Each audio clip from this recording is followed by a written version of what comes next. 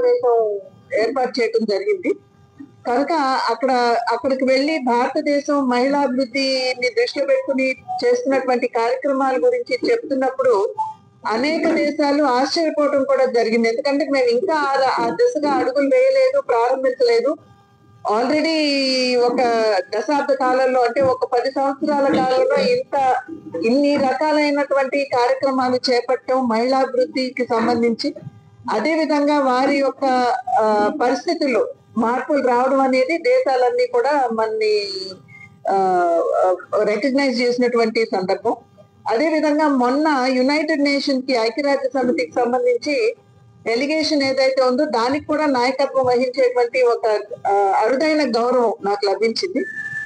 ఇది కేవలం నాయకత్వం వహించడం మాత్రమే కాకుండా యునైటెడ్ నేషన్ జనరల్ అసెంబ్లీ, సాధారణంగా జనరల్ అసెంబ్లీలో అక్కడ వేదిక మీద నుండి వారి దేశాల గురించి మాట్లాడటం అనేది చాలా అరుదుగా అవకాశం లభిస్తూ ఉంటుంది. ఇక్కడ ఇంకొక నాకు చాలా సంతృప్తినిచ్చినటువంటి విషయం ఏమిటంటే 1991 సంవత్సరంలో దగ్గుబాటి వెంకటేశ్వరరావు గారు వాజ్పేయి గారి డెలిగేషన్ లో సభ్యుడిగా వెళ్ళారు. అక్కడ వెళ్ళినప్పుడు వాజ్పేయి గారు వెంకటేశ్వరరావు గారికి ఒక అవకాశం ఇచ్చారు, అక్కడ వేదిక నుండి మాట్లాడేటువంటి అవకాశం.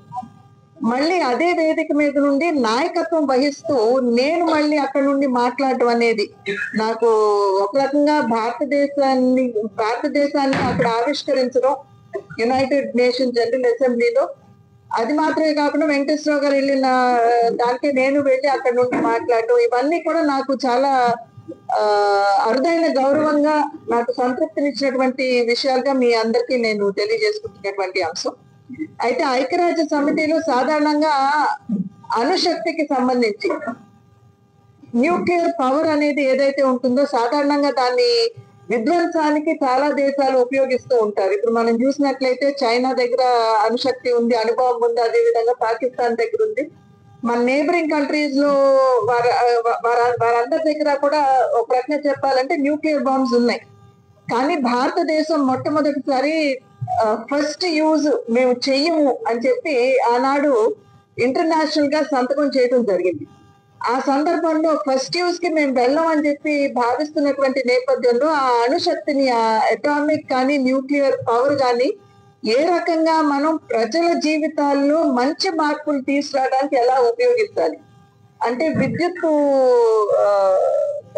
జనరేషన్ కావచ్చు, అదే విధంగా క్యాన్సర్ లాంటి వ్యాధులకి దాన్ని ఉపయోగించడం కావచ్చు, ఇవన్నీ కూడా భారతదేశం ఇప్పుడు కొత్తగా చేస్తున్నటువంటి ప్రయత్నాలు.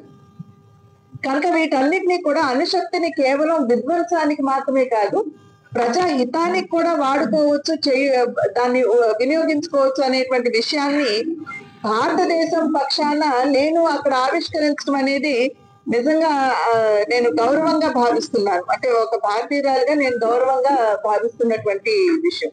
కనుక ఈ రెండు అరుదైనటువంటి గౌరవాలు నాకు అందించినటువంటి సందర్భంలో ఖచ్చితంగా దేశ ప్రధాని అయినటువంటి మోడీ గారికి, మా జాతీయ అధ్యక్షులైనటువంటి నడ్డా గారికి, అదే విధంగా మా స్పీకర్ గారు అయినటువంటి ఓం బిర్లా గారికి. ఎందుకంటే సాధారణంగా ఎవరు వెళ్ళాలి డెలిగేషన్ మీద అనేటువంటి విషయానికి వచ్చేటప్పటికి వారు నిర్ణయం చేయడం జరుగుతుంది. కాబట్టి యోగ్యురాలుగా భావించి నాకు ఆ బాధ్యతలు ఇచ్చినందుకు నేను ఓం బిర్లా గారికి కూడా నేను నా ధన్యవాదాలు నేను తెలియజేస్తున్నాను. అయితే అదే విధంగా ఇవాళ నిన్న కనుక చూసినట్టు ఇప్పుడు ఢిల్లీ, రాజమండ్రి టు ఢిల్లీ మనం ప్రయత్నం చేయడం తోటి వచ్చింది. అదే విధంగా మొన్న కూడా ఒక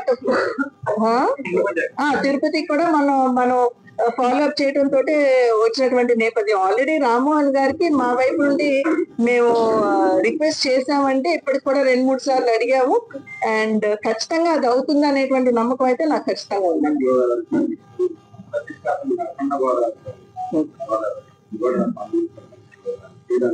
అదే చెప్పాను కదండి, ఇప్పుడు డిపార్ట్మెంట్ వైజ్ సమీక్ష చేసుకుంటా వెళ్తే ఖచ్చితంగా స్పీడ్ అందుకుంటుంది. అది కలెక్టర్ గారితో ఆల్రెడీ నేను మొన్ననే మాట్లాడాను. అది కూడా రేపు 20 తారీఖు తర్వాత నేను మళ్ళీ వచ్చినప్పుడు ఖచ్చితంగా నేను డిపార్ట్మెంట్ వైజ్ కూర్చొని సమీక్ష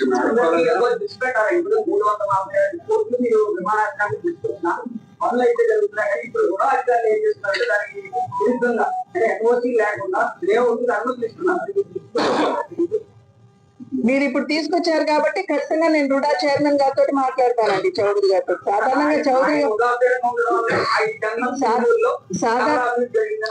సాధారణంగా ఆయనకి చాలా ఇంట్రెస్ట్ ఉందండి ఈ రుడా మాధ్యమంగా రాజమండ్రిని డెవలప్ చేయాలనేటువంటి ఆలోచన. ఎందుకంటే అనేక సందర్భాల్లో నాతో కూడా వారు చర్చించారు. అయితే ఈ విషయం వారి దృష్టికి వెళ్ళిందో లేదో నేను కనుక్కుని తప్పకుండా వారి దృష్టికి. కానీ డేటు నిన్న అనుకుంటాను అనౌన్స్ చేశారు. అంటే కొంత సమయం పడుతుంది, బట్ డెఫినెట్ గా ఏంటంటే మనకు ఆల్రెడీ రిటర్న్ గా వారు ఇచ్చినటువంటి కన్సెంట్ అది. అనుపత్తిలో ఖచ్చితంగా జన్మభూమి ఆగుతుందని డేట్ అనేది మనకు త్వరలో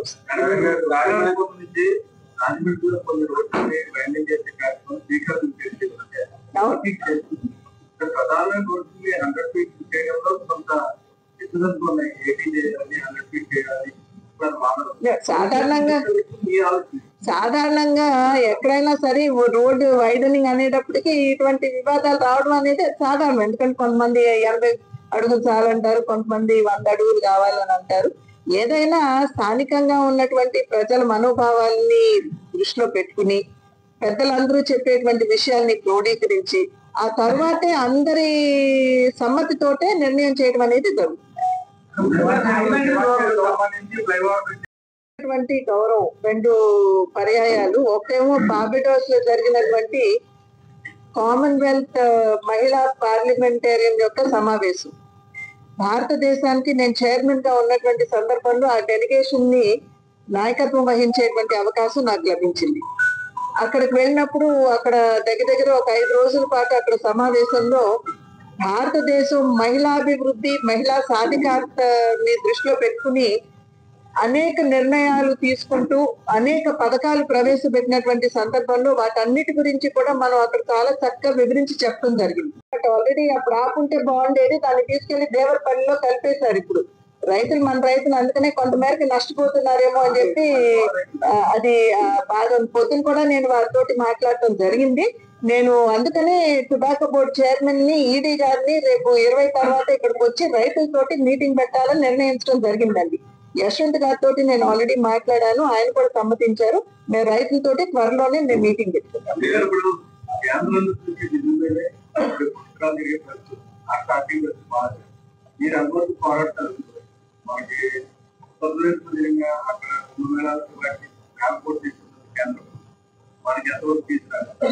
ఎంత వరకు అని కాదండి, ఇప్పుడు మనకు ఉన్నటువంటిది రాష్ట్ర ప్రభుత్వం ముందు ఎంత అవుతుంది ఖర్చు అనేది ఒక అంచనా రాష్ట్ర ప్రభుత్వం రావాలి, మేం కాదు కదా.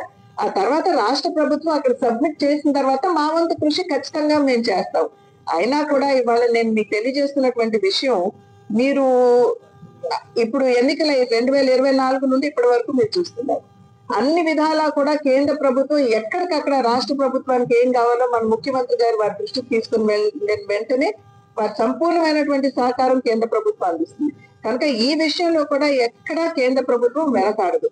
యూపీలో మీరు మహాకుంభమేళా గురించి మీరు చెప్పారు, అక్కడ కొంత రాష్ట్ర ప్రభుత్వం పెట్టుకుందండి, కొంత కేంద్ర ప్రభుత్వం ఇచ్చింది. మొత్తం అంతా కేంద్ర ప్రభుత్వం ఇవ్వడం అనేది జరగల.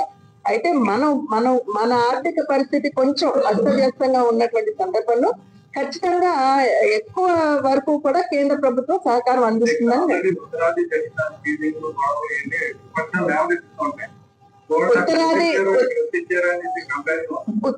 ఉత్తరం దక్షిణం అనేటువంటి ఒక భేదభావం కేంద్ర ప్రభుత్వం చూపించింది అని చెప్పి మీరంటే, ఇన్ని వేల కోట్ల వెసులుబాటు కేంద్రం మన రాష్ట్రానికి ఎందుకు ఇస్తుందండి? మోడీ గారు వస్తున్నారు అని అంటే ఎన్ని వేల కోట్లు అనౌన్స్ చేస్తారా అని చెప్పి అందరూ చూస్తున్నారు.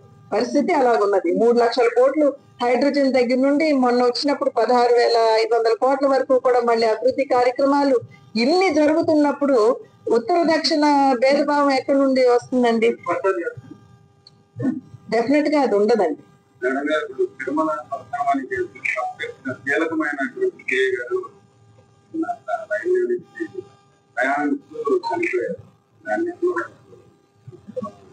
దాని మీద డెఫినెట్ గా ఏంటంటే ఎంక్వైరీ అనేది జరుగుతుందండి. ఏమన్నా అటు ఇటు ఏమన్నా ఉంటే ఖచ్చితంగా ఆ వివరాలన్నీ కూడా మనం బయటకు వస్తాయి. అప్పటి వరకు మనం నేర్చుకుంటాం.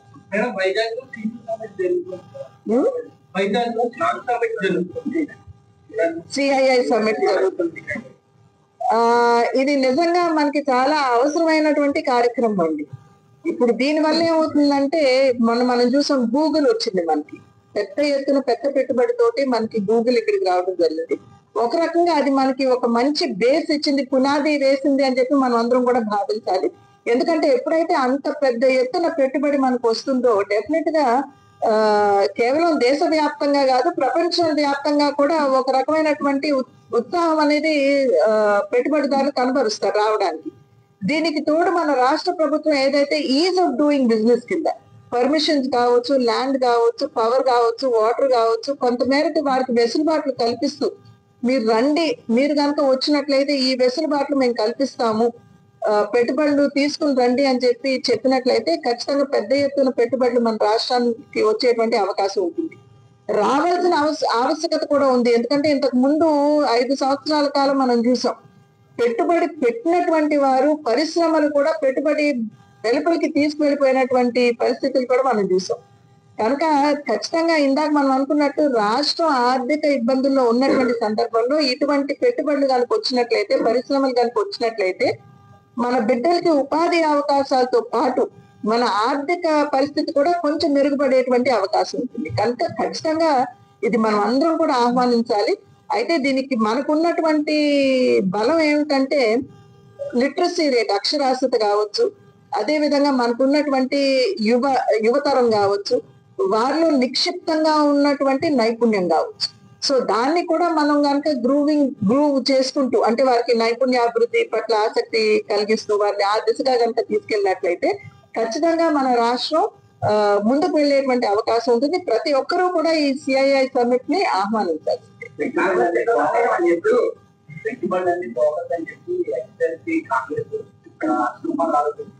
వారి వారి పని ఆరోపించడమే కదా. నిన్న 11 లక్షల కోట్ల రూపాయల మేరకు MOU జరిగింది. దాంట్లో కనీసం సగం మన పెట్టుబడులు వచ్చినా కూడా మనం స్వాగతించాలి కదా. ముందు స్వాగతించాల్సింది పోయి ఇంకా మేము విమర్శిస్తూనే ఉంటామని అంటే ఎట్లాగంటే, ఇప్పుడు బీహార్ లో ఎలక్షన్ రిజల్ట్స్ మనం చూసాం. కాంగ్రెస్ ఎంత వచ్చిందండి, ఎన్ని సీట్లు వచ్చాయి? అంటే అసలు గ్రౌండ్ రియాలిటీ తోటి సంబంధం లేకుండా ఇవాళ కాంగ్రెస్ పార్టీ ఉన్నది అని చెప్పడానికి ఇది నిదర్శనం. ఆత్మనిర్భర్ భారతం మేక్ ఇన్ ఇండియా కూడా ఉంది, ఈ నేపథ్యంలో లేదా తిరుపతిలో ఏ చాట్ బోర్డు ఆమోదం ఎవరు ఇచ్చారంటే అమెజాన్ కంపెనీ ఇచ్చారంటే మనకి ప్రవేశంలో లేవా అన్నానికి దానికి ఇచ్చారా? మేక్ ఇన్ ఇండియా అంటే ఆత్మనిర్భర్ భారత్ అంటే ఏమిటంటే అర్థం కేవలం విదేశీ వస్తువుల్ని మీరు స్వీకరించొద్దు అని కాదు కదా. భారతదేశంలో తయారయ్యేటువంటి వస్తువులన్నిటినీ కూడా మీరు స్వీకరించండి. ఎందుకంటే ఇక్కడ పెట్టుబడి పెట్టి ఇక్కడ తయారవుతున్నటువంటి సందర్భంలో మన దేశానికి ఆ వస్తువులు ఉపయోగిస్తే మనకి లాభం ఉంటుంది అనేటువంటి ఆలోచన. ఇప్పుడు యాపిల్ ఫోన్ ఉంది, యాపిల్ ఫోన్ మన భారతదేశంలో తయారవుతుంది. అది విదేశీ సంస్థ కావచ్చు, కానీ భారతదేశంలో తయారవుతుంది. కాబట్టి ఇక్కడ తయారవుతున్న ఫోన్లు మనం కొన్నట్లయితే ఆ ఇండస్ట్రీ మెరుగ్గా పనిచేయటం మాత్రమే కాకుండా ఆర్థికంగా కూడా దేశానికి దాని మాధ్యమంగా లాభం ఉంటుంది. కాబట్టి ఆత్మనిర్భర్ భారత్ అంటే విదేశంలో తయారయ్యేటువంటి వస్తువుని మీరు తీసుకోవద్దు, భారతదేశంలో తయారయ్యేటువంటి వస్తువుని స్వీకరించండి అని చెప్పి చెప్తాం. అవును,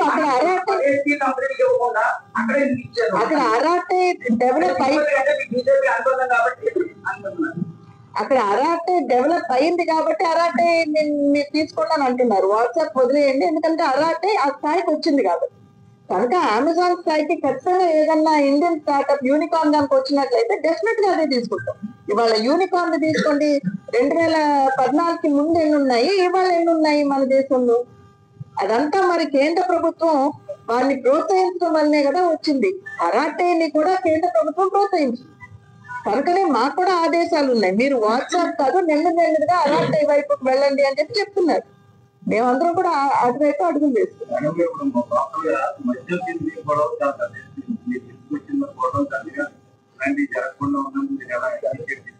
కూటమి పెద్దగా నేను విషయాలు ఏమైనా ఉంటే నేను పైకి తీసుకెళ్తాను, నిర్ణయం వారు చేస్తాను. సైలెంట్ గా ఉన్నాం మీరు ఎలా అనుకుంటారు? పైకి అన్నాను కదా పైకి తీసుకెళ్తామని. ఇక్కడ కూర్చోబెట్టి పలానా విషయం నేను పైకి తీసుకెళ్తున్నానని చెప్పాల్సిన అవసరం ఏముందండి? మా పని మేము చేస్తాం.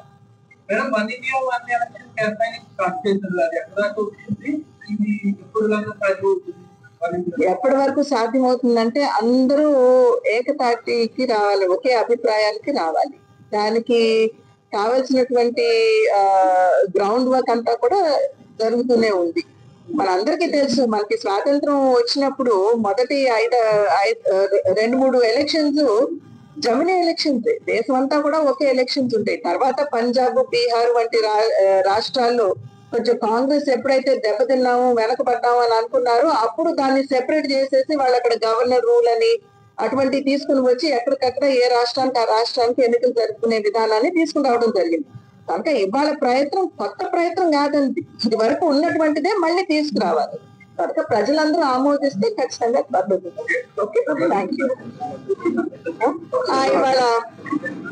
ఇవాళ ప్రజలందరికీ కూడా బిర్సా ముండా జయంతి, భగవాన్ బిర్సా ముండా జయంతి శుభాకాంక్షలు కూడా నేను తెలియజేస్తున్నానండి. భగవాన్ బిర్సా ముండా గురించి చాలా తక్కువ మందికి తెలిసి ఉంటుంది. ఎందుకంటే చరిత్రలో నిజంగా ఆంగ్లేయులకి ఎదురొడ్డి పోరాడి ప్రాణాలు అర్పించినటువంటి భారతీయులు ఎవరైతే ఉన్నారో వారి చరిత్ర మన భారత చరిత్రలో సరిగ్గా నిక్షిప్తం కాలేదు. బిర్సా ముండా ఆ రకమైనటువంటి ఒక మహానుభావుడు. షెడ్యూల్డ్ తెగలో జన్మించినా కూడా, అతి పేదరికం నుండి వచ్చినా కూడా బ్రిటిషులకి ఎదురొడ్డి పోరాడి అతి చిన్న వయసులోనే 25 వయసులోనే వారు ప్రాణాలు అర్పించడం జరిగింది. కనుక వారిని ఇవాళ ఈ దేశ యువత అంతా కూడా ఆదర్శంగా తీసుకుని దేశ సేవకి అంకితం అవ్వాల్సినటువంటి ఆవశ్యకత ఉన్నటువంటి సందర్భంలో ప్రతి ఒక్కరికి కూడా భగవాన్ బిర్సా ముండా జయంతి శుభాకాంక్షలు తెలియజేస్తాం. Local to global news at your finger tips. మీ చేతిలో ఒక ఆయుధం. Download raw TV app. Media legend Ravi Prakash is back.